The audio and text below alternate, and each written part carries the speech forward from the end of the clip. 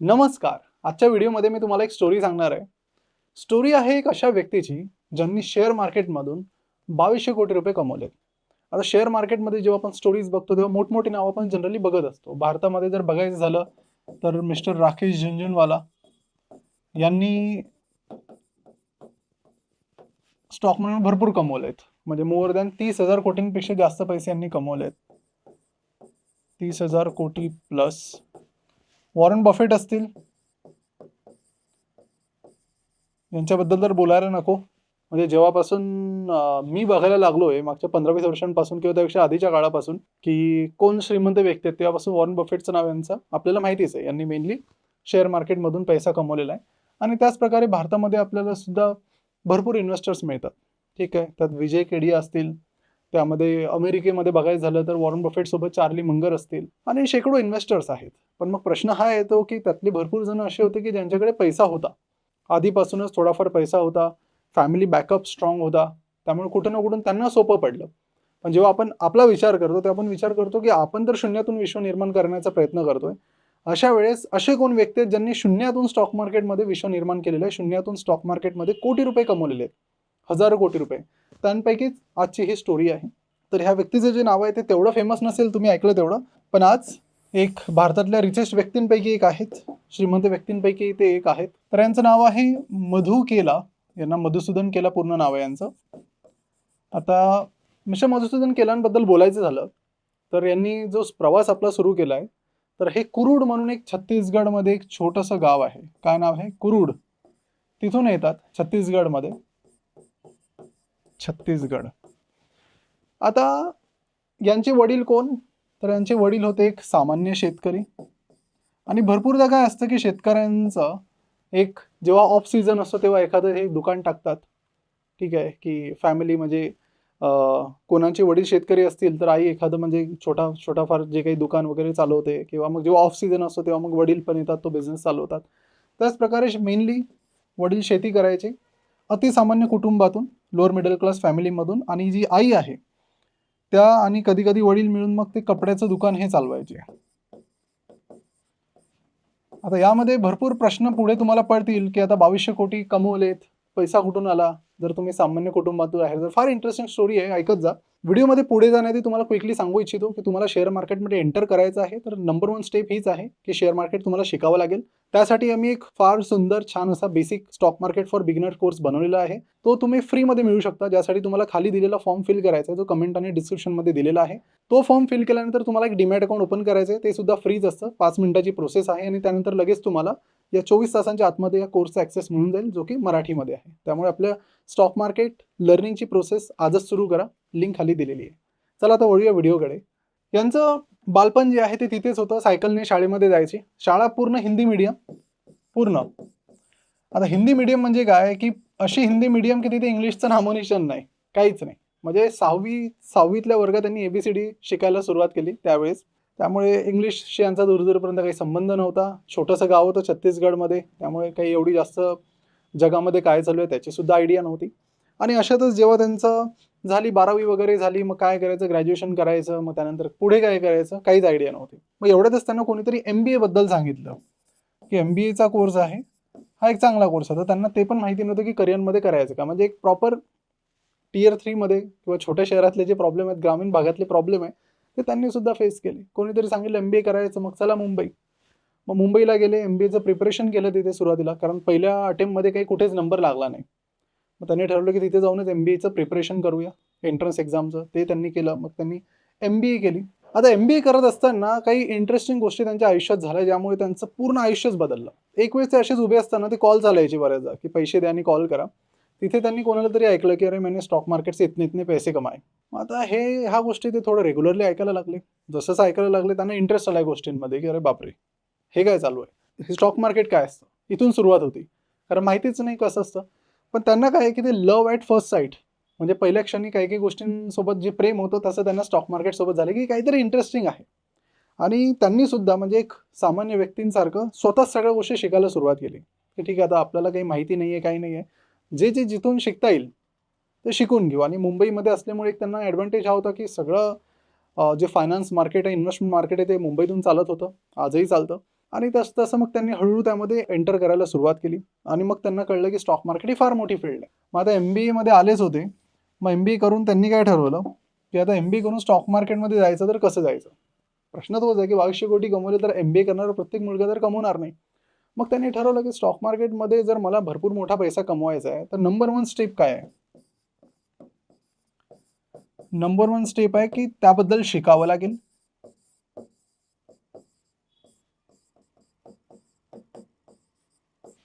Number 2 step की ठीक आहे शिकून झालं. पैसा कुठे. मग शिकण्यासाठी त्यांनी हळूहळू पुस्तकं वाच, हे वाच, ते वाच, जे येईल ते वाच मार्केटबद्दल. तसं करत करत त्यांनी मार्केट शिकायला सुरुवात केली आणि सुरुवात केल्यानंतर म्हणजे स्टेप 1 त्यांची क्लिअर झाली की आता स्टॉक मार्केटबद्दल मला इन्फॉर्मेशन आहे, माहिती आहे, ठीक आहे. पैसा कुठून येणार. वडील शेतकरी आहे, काहीच बॅकअप नाही आहे. आता बाकी भरपूर इन्व्हेस्टरच्या पण स्टोरी ऐकतो, पण काही ना काही बॅकअप तर असतो ना बऱ्याचदा, की वडिलांनी उधार दिले पैसे, अशा प्रकारच्या गोष्टी पण आपण ऐकतो आणि कधी कधी हसतोही त्यावर. पण यांच्या बाबतीत तसं काहीच नव्हतं, घरी पैसेच नाही. मग पैसा कुठून येईल. मग सामान्य व्यक्तीप्रमाणे करा जॉब. मग काय आहे की यांनी स्टॉक मार्केट शिकले होते. मग यांना कळलं की जर स्टॉक मार्केटमध्येच काहीतरी मोठं करायचं आहे तर आपल्याला काय करावं लागेल, स्टॉक मार्केटमध्येच जॉब करावा लागेल. आता स्टॉक मार्केटमध्ये जॉब करायचं म्हणजे काय की कुठेतरी फंड मॅनेज करायचं, कुठेतरी स्टॉक मार्केट रिसर्चचं काम करायचं. म्हणून त्यांनी या फील्डवर फोकस केला जिचं नाव आहे इक्विटी रिसर्च. Equity research. आता इक्विटी रिसर्चमध्ये त्यांनी सुरुवातीला छोट्या मोठ्या कंपन्यांसोबत काम करायला सुरुवात केली. त्यानंतर त्यांनी जॉईन केली मोतीलाल ओसवाल फायनान्शियल सर्व्हिसेस. तिथेही अगेन भरपूर गोष्टी त्यांना शिकायला भेटल्या. कशा प्रकारे स्टॉक पिक केला जातो, काय काय गोष्टी चेक कराव्या लागतात, काय काय नाही, हे सगळे एक लर्निंग प्रोसेस सुरू होती. आणि मग त्यामध्ये प्रोसेसमध्ये जॉब करत करत ते पैसाही कमवत होते आणि स्टॉक मार्केटची एज्युकेशनही त्यांना मिळत होती कंटिन्यू. त्यामुळे दोन्ही गोष्टी स्टेप 1 स्टेप 2 कंटिन्युअसली पॅरलली होत होत्या. आणि होता होता होता 2001ला एक टर्निंग पॉईंट आला. 2001ला त्यांनी जॉईन केलं रिलायन्स म्युच्युअल फंड, ज्याचं नाव आता निप्पॉन म्युच्युअल फंड आहे. Reliance mutual fund. आता हा एक टर्निंग पॉईंट काय, कारण इथे काय आहे की ते म्युच्युअल फंड डिव्हिजनमध्ये नव्हतेच. म्हणजे काही फंड मॅनेज करायचं त्यांचं काम नव्हतं बेसिकली. त्यांना दुसऱ्या पोझिशनसाठी त्यांनी हायर केलं की ठीक आहे, त्यांनी बघितलं की एंटरप्रेन्योरियल एनर्जी आहे, पॅशनेट आहे व्यक्ती स्टॉक मार्केटबद्दल आणा यांना कंपनीमध्ये आणलं. आणि मग त्यांनी बघितले की म्युच्युअल फंड बिझनेस तेव्हा फार छोटा होता रिलायन्सचा. ते बोलले की ठीक आहे, मी इथे काही ट्राय करून बघू का. कंपनीने दिली थोडी फ्रीडम की करावा काय ट्राय करायचं तर. केलं सुरू यांनी बघायला की ठीक आहे मी करतो इथे मॅनेज. आणि करता करता करता त्यांचा एक फंड आला ज्याचं नाव होतं Reliance growth fund. Reliance growth fund. हा फंड एवढा चालला की विचारूच नका तुम्ही. हा भरपूर जणांना ही गोष्ट माहिती नाही. तुम्ही शॉक व्हाल की भारतातला सगळ्यात पहिली अशी म्युच्युअल फंड कंपनी, पहिली म्युच्युअल फंड कंपनी जिचा AUM म्हणजे asset under management. Asset under मॅनेजमेंटमध्ये काय म्हणजे लोकांनी त्या म्युच्युअल फंडमध्ये 1,00,000 कोटीपेक्षा जास्त पैसे, म्हणजे 1,00,000 कोटींचा AUM म्हणू शकतो आपण त्याला. तर 1,00,000 कोटी रुपये सगळ्यात म्हणजे फार मोठी अमाऊंट आहे. आता तेवढी नाही आहे मोठी, ठीक आहे. आता त्यापेक्षा मोठे मोठे साईजचे म्युच्युअल फंड झाले. म्हणजे 1,00,000 कोटीचा AUM असणारी पहिली mutual fund company Reliance mutual fund ठरली. कशामुळे. त्यामध्ये मिस्टर मधुसूदन केला यांचं फार मोठं योगदान होतं. कसं. त्यांचा एक फंड होता रिलायन्स ग्रोथ फंड, ज्याचे ते फंड मॅनेजर होते. हा फंड असा चालायला लागला, मी त्याचे रिटर्न्सही तुम्हाला सांगतो, एकदम क्रेझी रिटर्न्स. आणि त्या क्रेझी रिटर्न्स मागे क्रेझी स्टोरी आहे. स्टोरी अशी की झालं असं की यामध्ये त्यांनी ज्या ज्या कंपनी पकडल्या तर त्यांना काय की कळलं की आपल्याला 3-4 गोष्टी बघायला पाहिजे कुठल्याही स्टॉकमध्ये. मग फेब्रुवारी 17, 2003ची गोष्ट आहे. एक IPO आला या कंपनीचं नाव होतं दिवीज लॅब. कंपनीचं नाव होतं दिवीज लॅब. आता दिवीज लॅबचे त्यांनी, आता मधुसूदन केला म्हणतात की मी कुठलीही कंपनी घेण्याआधी 4-5 गोष्टी बघतो. त्यामध्ये return on capital employed, return on equity, free cash flow आणि अशा काही गोष्टी मी बघतच असतो. तर ह्या गोष्टी आता मी हळूहळू तुम्हाला या चॅनलवर सगळ्या गोष्टी शिकवणार आहे, समजवणार आहे. त्यामुळे जर तुम्ही चॅनलवर नवीन आहात तर तुम्ही चॅनलला नक्की सबस्क्राईब करून ठेवा. सगळ्या गोष्टी आपण शिकणार आहोत ओव्हरऑल. डायरेक्ट मी आता शिकवायला गेलो तर तुमच्या डोक्यावरून जाईल. तर ह्या गोष्टी त्यांनी अप्लाय केल्या आणि त्यांना कळलं की दिवीज लॅब ही चांगली कंपनी आहे. आता गोष्ट इथेच थांबत नाही. मिस्टर मधुसूदन केला हे पण बघतात की नंबर्स चांगले असून फायदा नाही. एखादा प्रमोटरच समजा विजय मल्ल्यासारखे असले, पळून गेले वा दिलं सगळ्यांना सोडून, काय करणार आपण. मग यामुळे त्यांनी फोकस त्यांचा होता मॅनेजमेंट ॲनालिसिसवर. मॅनेजमेंट अनालिसिस म्हणजे काय की कंपनीचे फाउंडर कसे आहेत, काय आहेत. आजही ते काय करतात, एखाद्या कंपनीमध्ये इन्व्हेस्टमेंट करा. आज ते खूप मोठी व्यक्ती झाले आहेत, त्यामुळे कुठल्याही कंपनीमध्ये आज इन्व्हेस्ट करण्याच्या आधी ते लंच डिनर वगैरे त्यांच्यासोबत करतात, समजून घेतात फाउंडर, कंपनीचे प्रमोटर, फाउंडर कसा विचार करतात, कसे आहेत ते स्वभावाने, आणि त्यानंतरच इन्व्हेस्ट करतात. तर त्यावेळी पण मॅनेजमेंट अनालिसिससाठी मग तेव्हा तर छोटे फंड मॅनेजर होते, कंपनी छोटी होती, तर डायरेक्ट काय जेवणासाठी किंवा काही अशी मीटिंग तर मिळणार नव्हती.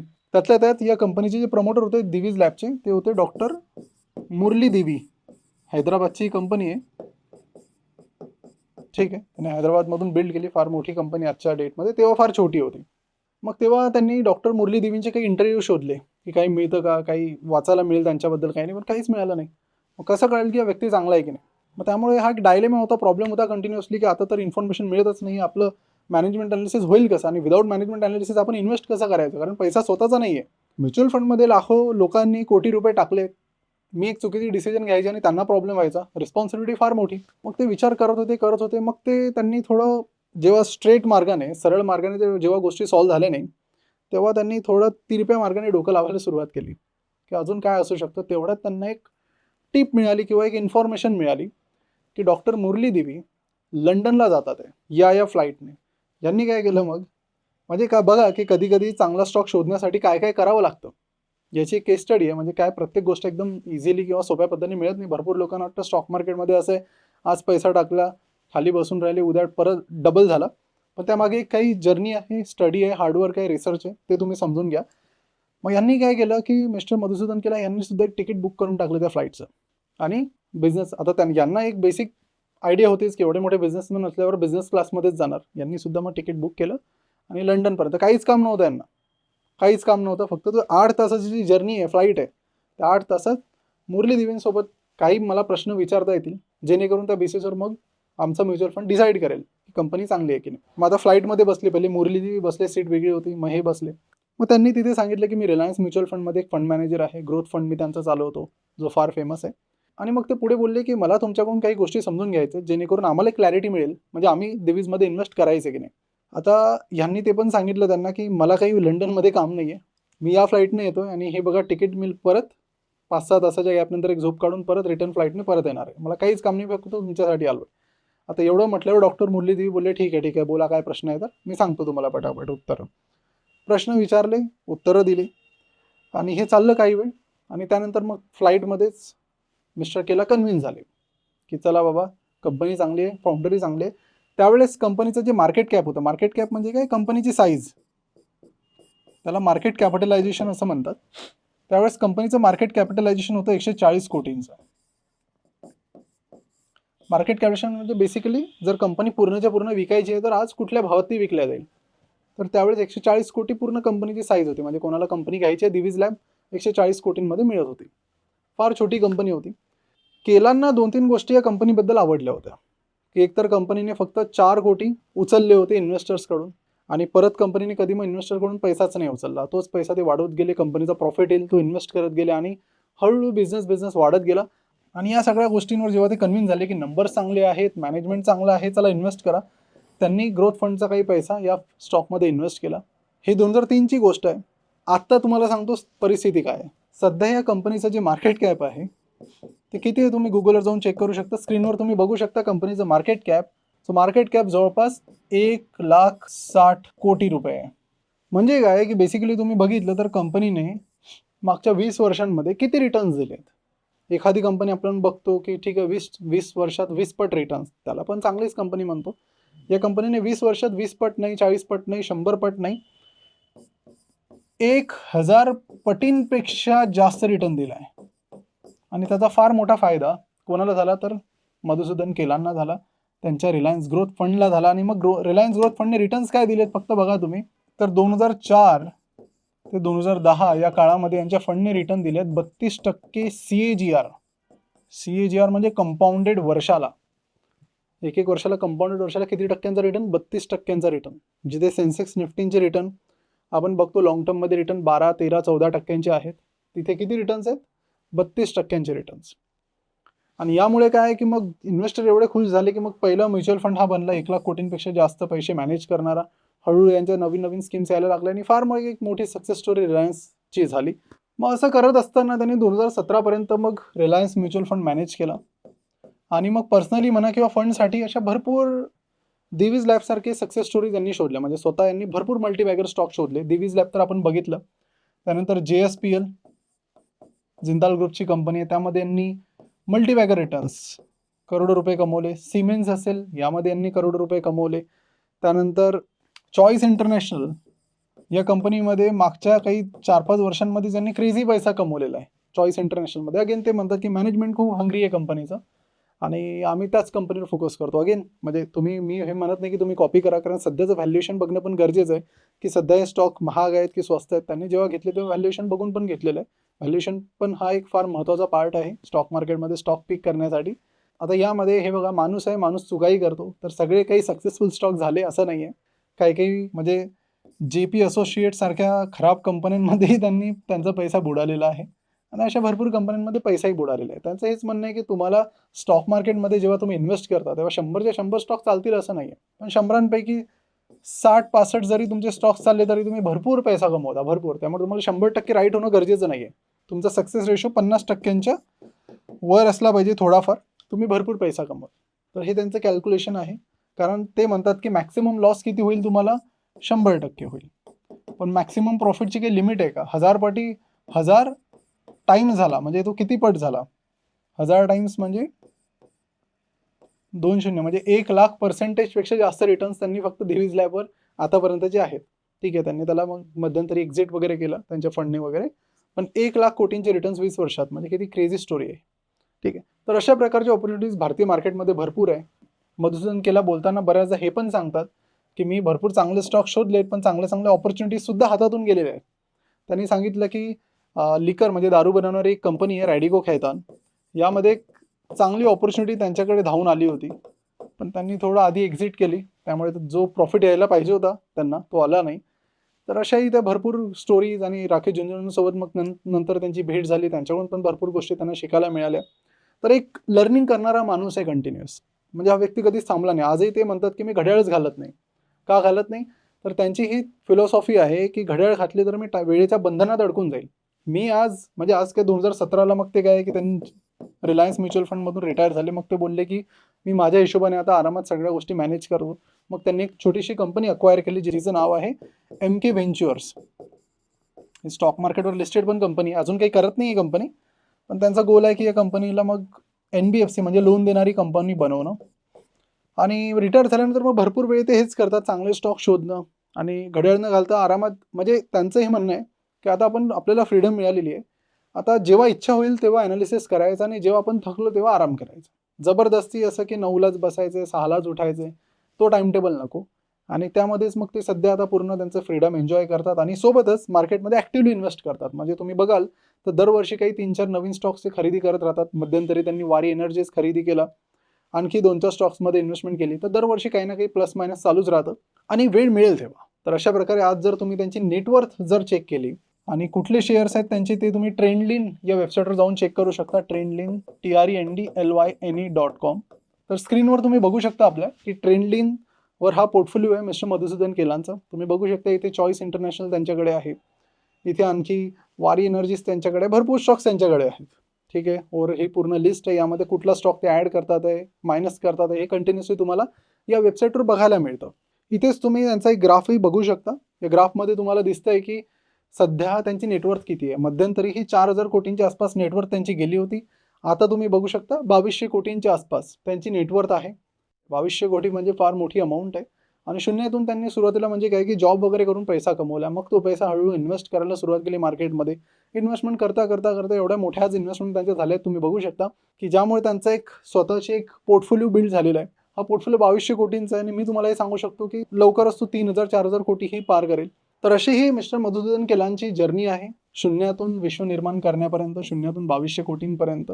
प्रॅक्टिकली सगळा डेटाही पब्लिक आहे. आणि एक गोष्ट तुम्हाला सांगू इच्छितो की भरपूर लोक स्टॉक मार्केटमध्ये एका उमेदीने येतात की आज मी पैसा टाकला 2 महिन्यात डबल होईल, ट्रिपल होईल. डबल ट्रिपलचा विचार करू नका, मल्टीफोल्डचा विचार करा की खूप पटीने कसा कमवता येईल. आणि त्यासाठी वेळ लागतो मित्रांनो.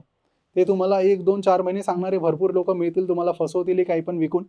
पैसा तसा बनत नाही. स्टॉक मार्केटमध्ये काय की जेव्हा तुम्ही इन्व्हेस्ट करता तेव्हा तो बिझनेस वाढला तर तुमचा पैसा वाढेल. दिवीज लॅबचं तुम्ही बघू शकता आता स्क्रीनवर की रिव्हेन्यू बघा 2014 पासूनचा आतापर्यंत कंटिन्यू त्यांचा बिझनेससुद्धा वाढलेला आहे. तुम्ही म्हणजे त्याच्या आधीच्या वेळेत तर तो आणखी वाढलेला आहे. तर कंपनी जर ग्रो झाली तुमची तरच तुमचा पैसा बनेल. कंपनी नाही ग्रो झाली तर मग ती सट्टेबाजी आहे की तुम्ही कुठल्याही कंपनीवर तुक्का मारत आहात. मग प्राईस कुठे गेली, काय गेली, तसं जमणार नाही. आज टायटन बघा तुम्ही 2003ला टायटनचा रेव्हेन्यू आणि प्रॉफिट काय होता, आज काय आहे. धंदा ग्रो झाला म्हणून मिस्टर झुंझुनवालांनी तिथे पैसे कमवले. कोका कोलाचं तुम्ही एक्झाम्पल घ्या जिथे मिस्टर वॉरन बफेट यांनी पैसा कमवला. तर ओव्हरऑल तुमचा गोल हा असला पाहिजे की चांगल्या बिझनेसमध्ये इन्व्हेस्ट करणं.